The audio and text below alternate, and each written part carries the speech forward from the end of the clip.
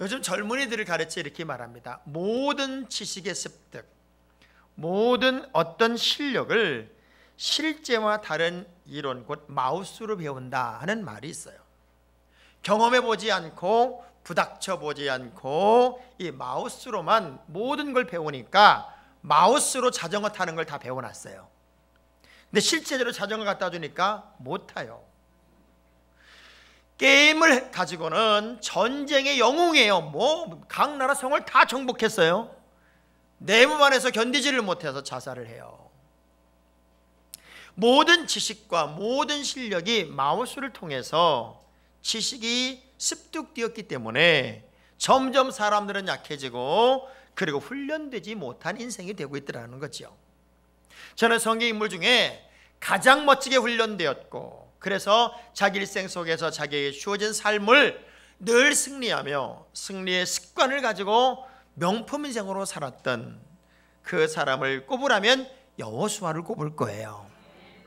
이 여호수아는 그야말로 전쟁의 영웅이고 그리고 언제든지 자신의 위치에서 자신의 역할을 참 멋지게 감당한 사람이 여호수아입니다. 그런데 오늘 본문의 이야기 속에서 전혀 여호수아답지 않은 절망과 고뇌의 이야기가 본문에 등장을 합니다. 모세가 죽었어요. 그리고 이제 제2인자로 살았던 여호수아가 이스라엘의 리더가 됩니다. 전 이번 주 금요 부흥회 때 우리 김종문 목사님 오셔서 말씀 전해주시는 그 말씀이 너무 은혜가 된 거예요. 한 시대가 끝나면 끝날 것 같지만 또 다른 사람이 예배되어 있고 또 이것이 끝나면 끝날 것 같았는데 또 다른 사람이 예배되어 있는데 한국교회가 무너진다, 뭐 교회가 어렵다, 어떤 환경이 있다 할지라도 하나님이 우리 교회를 저 자리에 저 위치에 저렇게 짓게 이 시대에 세우게 하는 것도 무너져가는 한국교회를 유다처럼 여호수아처럼 책임지라고 선봉에 서도록 세우는 것이 아닐까. 그렇다면 우리가 훈련되고 준비되고 뭔가 어떤 사명이 나에게 주어졌을 때 그 일을 감당할 만한 능력이 우리에게 있어야 되는데 꽤 오래전이죠. 노무현 대통령이 당선이 되고 김대중 대통령을 만나러 갔어요. 이번에 병을 앓고 있었던 시간이었어요. 이렇게 물어요. 요즘 건강은 어떠십니까? 그랬더니 전혀 옛날 목소리 같잖아요. 완전히 목이 쉬어버리고 힘 빠진 목소리로 그 김대중 대통령이 이렇게 말해요. 지난 5년간 나는 내 생명을 깎아먹고 살았어요. 이런 얘기를 했어요. 자신의 일생을 가만히 돌아보니까 지난 5년간은 내 생명을 내가 깎아먹는 시대였다는 거예요. 어쩌면 우리가 자칫 잘못하면 여러분의 생명을 깎아먹는 시간으로만 인생을 쓰고 있을지 몰라요. 억울하게도 너무 힘들게도 내 생명을 살리지 못하고 깎아먹는 세월을 산다면 얼마나 힘들까요? 여호수아는 3일 만에 요단강을 건너요. 그야말로 하나님의 일하심으로 요단강의 물이 마르고 멋지게 건넜어요. 난공불락의 요새였던 여리고 성도 자신의 노력이 아닌 하나님의 방법으로 와르르 무너뜨리고 정복을 했어요. 그리고 이제 아이성 전투를 해야 돼요. 정탐은 그 정탐꾼들이 여호수아에게 와서 이런 보고를 해요. 자, 어떤 보고를 했나 보세요. 여호수아 7장 3절의 말씀을 보면 정탐을 하고 와서는 이렇게 보고해요. 시작.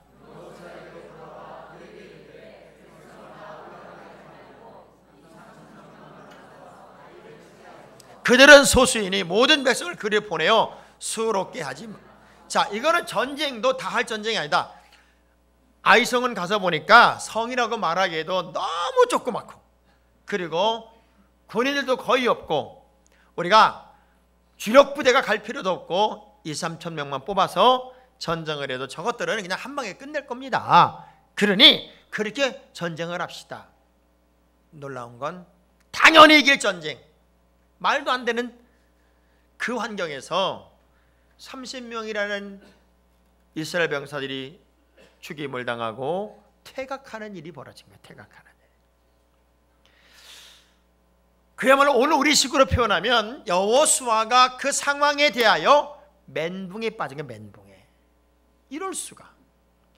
여리고 성도 무너뜨렸고 불가항력적인 환경도 다 승리로 만들었는데 저 말도 안 되는 저 가나안 땅의 저 아이성 전투에서 우리가 진다는 건 이건 있을 수가 없다. 그래서 이렇게 하나님에게 여호수아가 질문을 해요. 하나님, 우리를 요단을 건너게 하셨습니다. 그래서 우리가 요단강을 멋지게 건넜지 않습니까? 그런데 어떻게 저 원수들 앞에서 우리를 돌아서게 하십니까? 저 원수들을 이기고 넘어야 되는데 원수들 앞에 돌아서게 하시는 거예요. 우리 이름을 이 세상에서 끊으시려고요? 하나님, 이건 너무 억울해요. 그러면서 막 하나님 앞에 절규를 해요. 그리고 주저앉아 있는 거예요. 그 광경에 우리 하나님이 직접 여호수아에게 다가와서 하신 말씀으로 본문의 질문이었어요. 여호와께서 여호수아에게 이르시되 일어나라. 어찌하여 이렇게 엎드렸느냐. 여러분의 인생에 정말 조심해야 될 때가 언제냐면 파란 신호등일 때입니다. 나름대로 성공하고 있고 나름대로 승승장구하고 있고 나름대로 남보다 조금 앞서가고 있을 때가 어쩌면 여러분에게 작은 문제라도 생기면 와르르 무너질 수 있는 환경이란 말이죠. 오늘도 신문을 보니까 삼성가의 딸 하나가 이혼을 한다고 그러더라고요. 우리 같으면 그렇게 부자는 이혼 안 할 것 같잖아요. 아들도 이혼을 했어요. 딸도 이혼을 해요. 좋은 환경, 넉넉한 재물이라고 해서 가정이 행복한 건 아닌 것 같아요. 왜? 내 안에 파란 신호등이 어쩌면 더 급작스러운 실망을 나게 만들어줄 수 있는 거예요. 지금 여호수아의 심정이 그런 거였어요. 질 수 없는 환경, 하나님의 전쟁, 당연히 승리의 개가를 불러야 할 환경에 우리가 졌다는 것에 대해서 이해가 안 되는 거예요. 그러니 와르르 무너졌어요. 그리고 그 섭섭함을 이야기하고 있는 거예요. 그리고 하나님은 그런 여호수아에게 이렇게 말합니다. 일어나. 일어나라고. 그리고 엎드려 있지 마라.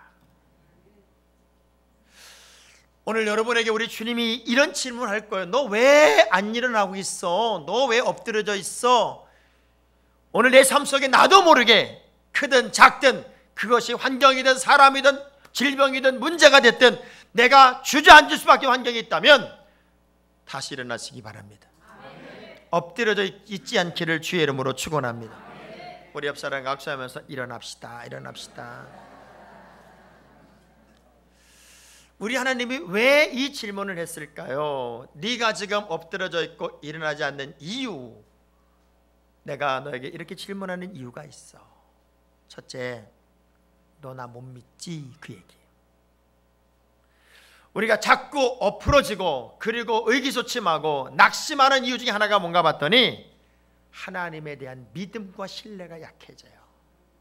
그래서 이렇게 질문하는 이유 중에 첫째가 의도가 뭐냐면 나를 믿어라. 끝까지 나를 믿어. 자, 너는 지금 나를 제대로 몰라. 왜? 이 여호수아는요, 르비딤 전투에서 모세가 손들고 기도하면 이겼고 모세 손에 내려가면 쳤어. 이기고 지는 것도 다 하나님의 섭리란 사실을 이 사람은 경험한 사람이에요. 그런데 지금 눈앞에 보이는 아이성 전투, 상식적으로 생각했을 때 그리고 모든 조건으로 봤을 때 앉아야 되는데 졌다, 그 얘기예요. 그러니 하나님에 대한 실망이 온 거예요. 그다 급 실망이 온 거예요. 그래서 그냥 주저앉고 말았어요. 우리가 때때로 너무 기대가 컸기 때문에, 너무 설렘이 많았기 때문에 정말 작은 것에 와르르 무너질 때가 있어요. 오늘 그럼에도 불구하고 여러분 다 무너져도 사람 때문에 실망할 수 있고 환경이 나빠질 수 있고 건강이 무너질 수 있고 뭐 상황에 내가 견딜 수 없는 문제가 왔다 할지라도 여러분에게 마지막까지 남아야 될 게 뭔 줄 알아요? 하나님을 향한 믿음이에요. 하나님을 향한 신뢰는 끝까지 남아있어야 돼. 끝까지. 그것만 남아있으면 우리는 일어납니다. 자, 보세요. 아론형 지도자가 있고 모세형 지도자가 있습니다. 아론형 지도자는 어떤 스타일이에요? 모세가 시내산에 올라가서 하나님께 기도하는 동안에 백성들은 모세가 늦게 내려온다는 이유 하나로 막 불평하기 시작합니다. 그랬더니 아론과 백성들이 함께 합세해서 뭘 만들었냐면 금송아지를 만들어요. 금송아지를 만들어 놓고 애굽에서 우리 인도해낸 분이 하나님이 아니라 이 금송아지라고 막 추앙을 하고 예배를 드리고 있어요. 모든 대중들로부터 아론은 박수를 받고 인기를 끌고 인정을 받으며 연호 속에 있어요. 아론왕 지도자는 사람들에게 박수를 받겠죠. 사람들의 인기에 열광할 수 있겠죠. 그런데 아론은 박수를 받는 동시에 이스라엘 백성들을 죽이고 있는 거였어요. 반면에 모세형 같은 지도자는, 모세는 평생 불평을 들어요. 원망을 들어요. 그 말도 안 되는 고뇌와 불평, 불만을 몸으로 다 받으면서도 끝까지 이스라엘 백성들을 가야 할 길로 끌고 가더라고요. 가나안으로 끌고 가더라고요. 저는 늘 이런 생각을 해요. 우리 성안교회 교회들이 나랑 평생을 같이 했던 사람도 있겠지만 다 나를 좋아하지 않을 수도 있겠다. 장학범 목사에 대한 불평도 할 수 있고 원망도 할 수 있고, 그러나 나는 내가 복음의 본질에서 벗어나지 않았다. 내가 복음의 본질에서 벗어나지 않았다면, 내가 하나님의 교회와 성도들을 복음 안으로 그리스도가 원하는 방향으로 이끌어 가고 있다면 욕먹는 것쯤은 괜찮겠다. 불평의 소리를 듣는 것은 괜찮겠다. 원망의 소리를 듣는 것도 괜찮겠다. 왜? 그래도 우리는 가야 하니까. 많은 사람들이 여기에 넘어지는 것 같아요. 지금 하나님을 향한 철저한 신뢰를 가지고 3일 만에 요단강을 건넜다고요. 40년 못 건넌 땅을 3일 만에 건넌 거예요. 그리고 여리고성을 무너뜨렸다고요. 근데 자그마한 사건이 터지니까 의심이 생겼어요. 하나님을 향한 신뢰가 의심으로 바뀐 거예요. 야고보 1장 6절의 말씀을 보면 크리스찬을 향한 분명한 믿음의 기준이 있어요. 시작. 오직 믿음으로 구하고 조금도 의심하지 말라. 의심하는 자는 마치 바람에 밀려 요동하는, 문제만 말할 수 있고 문제만 이야기할 수 있어요. 오늘 넘어졌어도, 오늘 실망할 일이 넘쳐나도 우리가 그래도 끝까지 여러분을 지킬 수 있는 힘은 하나님을 향한 신뢰예요. 그래도 하나님은 나를 일으켜 주실 것이야. 나는 내 하나님 손 붙잡고 일어날 거야. 이 믿음이 여러분에게 있다면 우리는 가장 강한 하나님의 사람이 되겠지요. 제가 되게 재미있는 이야기를 하나 읽었어요. 어떤 사람이 사슴 목장을 갔대요. 사슴 목장을 갔더니 그 사슴을 기르는 주인이 종을 땡땡땡 치니까 사슴들이 밥 먹으려고 쫙 몰려오더래요. 그랬더니 이제 먹이를 딱 들었다가 사슴이 오니까 먹이를 먹으니까 싹 뺏은 거야. 그래서 사슴들이 멀쩡히 있다가 기분 나쁘니까 갔어. 또 종을 쳤어요. 또 와. 또 먹이를 내놔두고 있다가 또 먹으려니까 또 뺏었어. 그 광경을 지켜본 사람이 묻는 거예요. 아니 왜 사슴들이 오면은 먹이를 주려고 종 쳐가지고 오면은 먹이를 감추냐 그랬더니 그 주인이 그러더래요. 그래야 사슴들이 뿔이 난다고.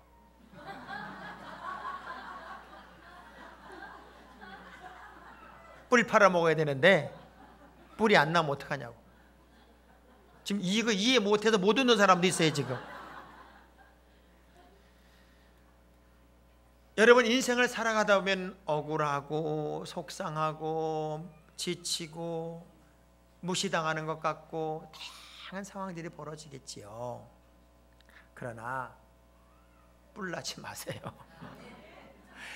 하나님을 믿고 하나님을 신뢰하고 믿음의 기준을 분명히 세우면 우리는 다시 일어나. 너 왜 주저앉아 있어? 왜 엎드려져 있어? 엎드려져 있는 이유가 뭐야? 이 질문에 대하여 우리는 하나님께 할 말이 있단 말이에요. 이 질문 속에는 야, 원인이 있는 거야. 네가 그냥 지겠니? 이스라엘이 괜히 지겠어? 반드시 원인이 있어. 문제의 원인이 있으니까 그 원인을 찾아. 이 질문이에요. 여러분, 내가 어려움을 겪는 것도, 내가 문제 속에 있는 것도 원인 없는 결과는 없습니다. 그 원인을 빨리 찾아내면, 그 원인을 제거하면 우리는 반드시 역전의 역사를 만들어요. 사업을 하다가 부도가 난 사람들이 꼭 그런 얘기해요. 그때 내가 그것만 안 했으면, 그때 내가 그때 판단만 잘했어도. 다 원인이 있는 거예요. 부도의 원인이 있어요. 문제의 원인이 없는 게 하나도 없단 말이에요. 놀라운 건 여호수아 7장에서 7장 2절부터 6절까지 아이성 전투를 시작할 때 생각해 보세요. 요단을 건널 때도 주의 음성을 들었어요. 여리고 성을 무너뜨릴 때도 하나님의 음성을 들었어요. 근데 아이성 전투를 할 때는 하나님이란 단어가 하나도 없어요. 요까짓 거, 아이고 요거 아무것도 아닌 거, 하나님의 말씀을 듣거나 하나님께 묻지를 않고 정탐꾼의 말을 듣고 정탐꾼의 의견만 따라서 그냥 전쟁을 해버린 거예요. 단 한 군데도 하나님을 향한 열정이 없어요. 우리가요, 조금 환경이 좋아지고 조금 힘이 있다고 생각하면 사람은 금방 교만해져요. 그래서 극단적인 어려움 그리고 고난과 역경이 여러분에게 계속해서 믿음이 깊어져요. 어떤 분이 그런 얘기를 했더라고요. 인간은 문제 속에서는, 정말 어렵고 힘든 문제 속에서는 단심가를 부른대. 단심가가 뭔가 봤더니 이 몸이 죽고 100번 고쳐주고 100골이 진토되어 넋이라도 있고 없고 이명한 일편단심 가실 줄이 있으랴. 그러니까 문제를 만나면 절대는 안 변합니다. 하나님, 나는 내 일편단심 주님만을 섬깁니다. 그런데 문제가 풀어지고 너무 환경이 좋아지고 편해지면 노래가 바뀐대요. 하여가로. 하여가. 이런들 어떠하리, 저런들 어떠하리, 만수한 칙넝쿨이 얽혀진들 어떠하리. 우리도 이같이 얽혀져서 100년까지 누리리라. 대충 사세. 그러는 거예요. 대충 사세. 옆 사람 얼굴 한번 쳐다봐요. 지금 하여가를 부를 얼굴인지 단신가를 부를 얼굴인지.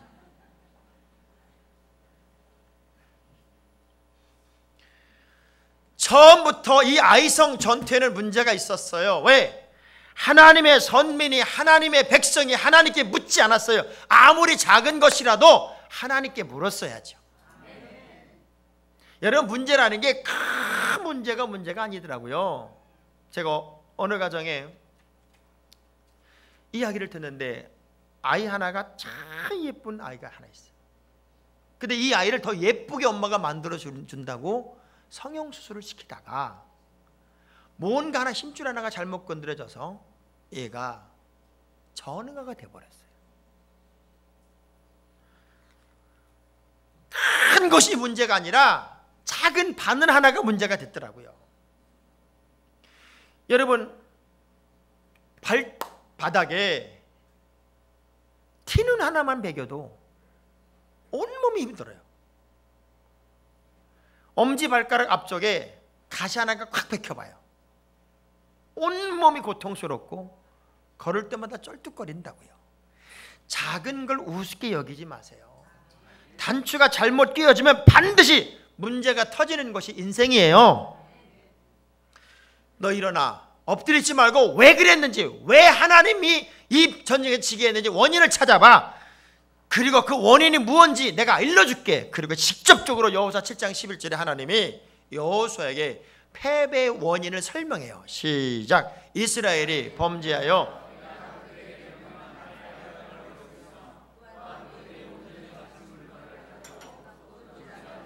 그것을 그들의 물건을 가운데 두었네. 아간이란 놈이 전쟁에서 들어오는 것을 감췄단 말이에요. 이 감췄다는 걸 보니까 7장 1절에 범죄, 히브리어 마알이란 말을 해서 신실치 못하게 행하다라는 뜻으로 범죄란 말과 같은 의미였어요. 아간이란 한 사람이 하나님 앞에 범죄를 저질렀다. 자, 로마의 베베라는 집사님을 바울이 보내면서 이 시골뜨기 집사를 로마 도시 한번 보내니까 얼마나 걱정이 됐겠어요. 그래서 서신을 하나 썼어요. 그 서신의 내용이 뭐냐면 합당한 예절로 이 베베를 영접해줘라 그랬어요. 이 베베란 사람은 시골뜨기 집사지만 나의 모든 사명을 가지고 나를 대신해서 가고 있단다. 그러니 합당한 예절을 갖춰줘라 그랬어요. 여러분 신앙생활 속에서 하나님을 향한 합당한 예절, 그것이 하나님이 여러분을 기뻐하는 이유가 될 거예요. 예수를 아무렇게나 믿으면 안 된다는 거죠. 내가 조금 힘있고 내가 조금 능력이 생기면 사람들은 변질이 됩니다. 놀랍게도요, 여호수아 5장 10절부터 12절의 말씀을 보니까 땅의 소산을 먹는 순간 하늘이 만나가 그쳤다, 그런 얘기가 있어요.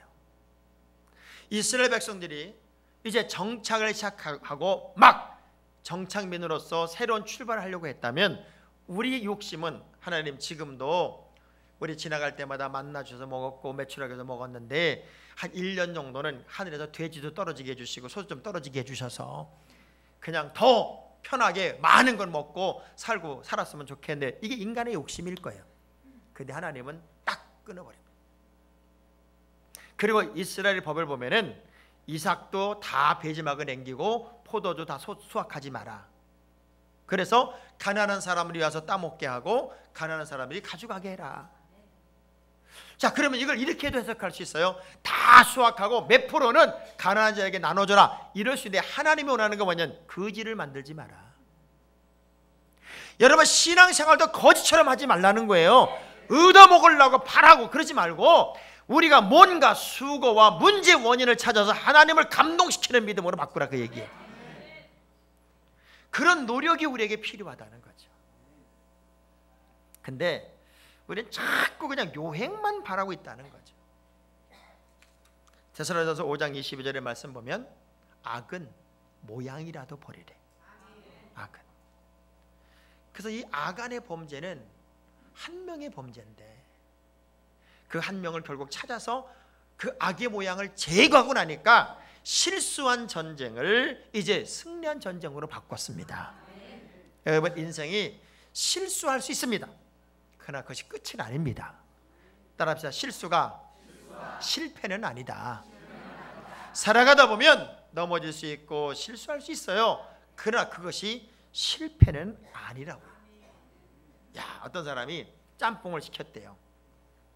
짬뽕을 이렇게 먹다 보니까 바둑알이 나온 거예요. 바둑알이. 그럼 여러분 같으면 열이 받아요, 안 받아요? 뿔이 나지. 뿔이 날 거야. 그래서 전화를 건 거예요.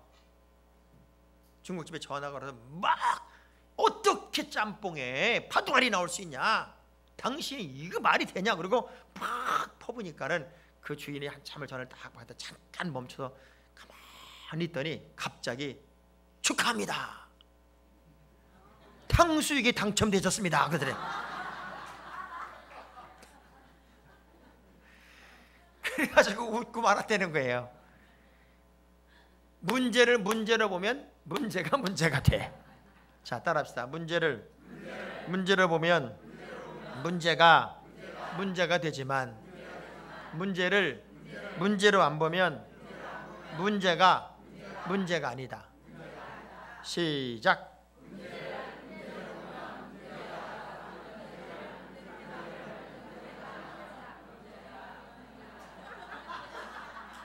여덟 마디인데 벌써 끝나요? 다시 해봐요. 문제를 문제로 보면 문제가 되지만 문제를 문제로 안 보면 문제가 아니다. 그래서 이 원인을 제거하고 너 일어나라 하는 얘기는 다시 시작해봐. 다시 시작해봐. 자, 옆 사람 막상 일어나서 다시 시작합시다. 자, 홀로 선다는 것은 참 외로워요. 사실 우리가 의욕이 상실되고 열정이 식고 그러면 당연히 주저앉아요. 거기다가 지도자가 된다고 하는 것, 리더가 된다고 하는 것은 그 모든 책임까지도 다 어깨에 짊어지는 거예요. 여호수아는 한 번도 지도자 훈련을 받은 사람이 아니에요. 모세 밑에서 모세가 시키는 것만 하고 전쟁만 했던 사람이에요. 근데 하나님이 모세가 벌벌벌 떠니까 두려워하지 마라, 놀라지도 말고 담대해, 강해, 내가 너와 함께 할 거야. 그러면서 그것도 지금부터 1년 동안 내가 너 훈련시킬 게가 아니라 3일 안에 요단강을 건너라. 그래서 요단강을 건넜고 전쟁을 했는데 벌써 졌단 말이, 조그만 전쟁에서. 진 게 아니라 이제 퇴각을 한 거예요. 그러니까 이런 부담이 있었을 거예요. 그러면 저 조그만 나라에, 조그만 부족에 우리가 졌다면, 여리고를 무너뜨렸을 때야 얼마나 가나안 부족들이 우리를 두려워했겠어요. 근데 저 아이성 전세 졌다고 얘기 돌면은 저것들이 우리를 우습게 알아가지고 다 쳐들어올 거 아닌가. 그러니까 그런 비유를 들었어요. 우리나라가 오늘 축구를 했는데 브라질을 1대0으로 이겼어. 브라질을. 그러면 사람들이 놀랄 거 아니에요. 그런데 며칠 있다가 미얀마한테 3대0으로 졌어. 그러면 이제 그 나머지 중국, 베트남 이런 나라들이 우리나라를 뭘로 볼까요? 참 웃기네 저거. 브라질이 봐줬구만. 자, 그걸 느끼는 거예요 지금. 그 무게를 지고 있는 거예요. 그래서 여호수아 7장 5절의 말씀 보면은 여호수아의 마음 상태를 뭐라고 표현하냐면 마음이 녹아 물같이 되었다. 사실 홀로 선다는 것 힘들어요. 제가 성전을 건축하면서 이런저런 상황이 발생하면 결국 목사에게 다 오죠. 다 목사에게 올 거예요. 우리 건축위원장님 또 건축위원들이 각각의 자리에서 최선을 다하지만 실제로 어떤 문제가 탁 터지면 다 목사가 짊어질 거예요. 때로는 그게 너무 무거울 때가 있어요. 무거울 때가. 잠을 자도 잠자는 것 같지가 않고, 공사 현장에서 누가 무슨 말 한마디 했다, 뭐 가격이 올라갔다 내려갔다 이런 얘기만 하면 사실은 그 무게가 보통 무거워지는 게 아니죠. 제가 구두가 2개, 구두가 우리 고무경 집사님이 똑같은 구두 하나를 이번에 결혼시키면서 사줘가지고 구두가 2개라 현장만 갔다 오면 구두가 흙으로 꽉 차요. 그래서 이 구두를 닦고 한번 신어보고 저 구두를 한번 닦고 신어보고 오늘 아침 이렇게 보니까 구두에 흙이 잔뜩 묻었더라고요. 내가 늘 까먹는 게 뭐냐면 내 방에 구두약장 갖다 놓고 솔 좀 갖다 놓으라고 그 말을 하려고 맨날 벼르다가 까먹어. 그러니까 장로님 지금 얘기하니까 좀 갖다 놓으세요. 이 홀로 선다는 게 외로움이 있더라고요. 외로움. 늘 우리 뭐 건축위원장님이 성전을 돌아보고 다 돌아보고 저희 일을 많이 도와주고 있죠. 그렇지만 어떤 문제가 탁 터지면 또 교인들은 그럴 거예요. 목사님 그럴 거예요. 지금 여호수아가 느끼는 게 그거야. 지금 모세 때도 못한 걸 3일 만에 할 때 내가 알아봤다. 어떻게 한 번 이기는데 내가 알아봤다. 지금 그 무게를 견딜 수가 없는 거예요. 그래서 주저앉아 있어요. 근데 참 제가 다윗의 일생을 본 거예요. 다윗의 일생을 보면은 다윗은 사실은 나중에 공주의 딸과 결혼하잖아요. 공주와 결혼하잖아요. 사울왕의 딸과. 그럼 뭐예요? 부마야 부마. 부마가 된 건데 그때부터 이 사울왕은 다윗을 라이벌로 여기고 3,000명의 특공대를 조직해서 다윗을 죽인다고 쫓아다녀요. 사위를. 이런 장인이 어딨냐고. 근데 그렇게 도망다니는데 또 아버지 형제들이 또 거기다 합류해서 우리 지켜달라고 그러네. 거기다가 여기저기 버림받은 400명이 또 붙었어요. 자기 몸 하나 감추기도 어려워 죽겠는데 세상에 400명이 넘는 사람이 움직여야 돼. 그걸 다 책임을 져야 돼. 근데 불평을 안 하더라고. 그렇게 바울이 도망자 생활을 몇 년 했어요? 10년 했어요. 10년. 10년을 했는데도 장점이 뭐냐면 안주하지 않았다는 거예요.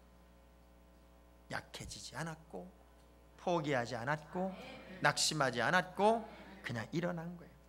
자, 근데 보세요. 오늘 우리 시대에 사는 수많은 리더들 그 무게를 못 견뎌서 현대아산 이사회 회장 정몽원, 전 부산시장 안상영, 전 대우건설 사장 남상국, 전 전남지사 박태영, 최근에는 전 대통령 노무현, 심호택 대표 김태성, 외교에는 하인츠 프레처라고 하는 ASC 회사의 CEO, 이런 모든 사람들이 다 스스로 목숨을 끊었어요.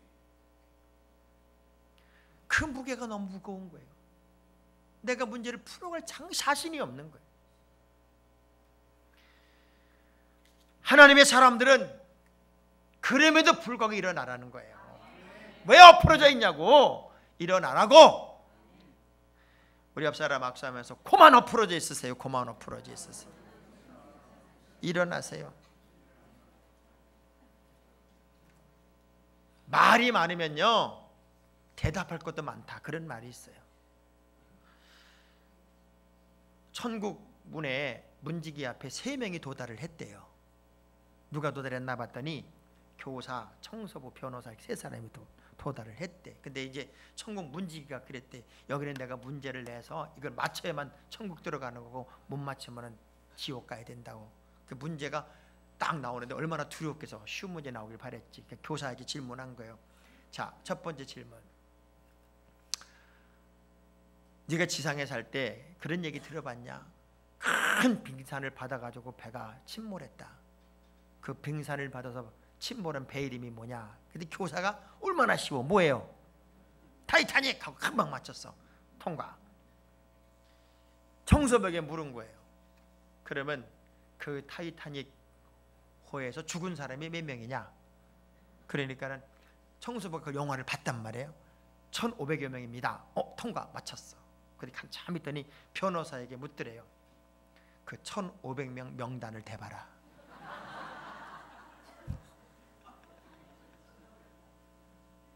지옥 갔지? 지옥 갔어. 자, 제가 왜 이야기를 할까요? 오블리지라는 말이 있죠. 내가 많은 것을 안다고 뽐내는 사람은 아는 만큼 많은 대답을 해야 된대요. 그래서 정말 우리의 고뇌는 힘든 게 때로는 있을 수 있다. 특별히 어떤 무게를 내가 짊어지고 있을 때 여호수아처럼 무너질 수 있어요. 저는 예배당을 3번째 지어요. 그런 과정 속에 얼마나 많은 무게를 내가 짊어져요. 근데 제가 왜 축제를 지키는 성전 건축이라 그랬을까요? 가끔가다 우리 교인들이 제게 기쁨을 주는 이야기를 해요. 성물을 이렇게 하는 거야. 성물. 하나님의 성전을 위해 기도하고 성물을 드리고 또 예물을 드리고 내 역할을 감당하고. 제가 어떤 분에겐 그랬어요. 집사님은 이번에 2억 들어가는 본당 교육관 음향을 집사님 혼자 한번 해봐. 그분은 지금 제가 그거 혼자 하려고 이리 뛰고 저리 뛰고 난리가 났어요. 제가 오늘 어떤 분 여러분에게 와서 당신 이거 해, 이거 해, 그럴 날이 올지 몰라요. 조심하시기 바랍니다. 시편 36편 12절의 말씀을 보면 악을 행하는 자들이 거기서 넘어졌으니 엎드러지고 다시 일어날 수 없다. 악을 행하는 자는 넘어지면 못 일어난다. 그러나 골로새 3장 1절의 말씀 보면 우리는 달라요. 우리는 어떤 사람이에요? 시작.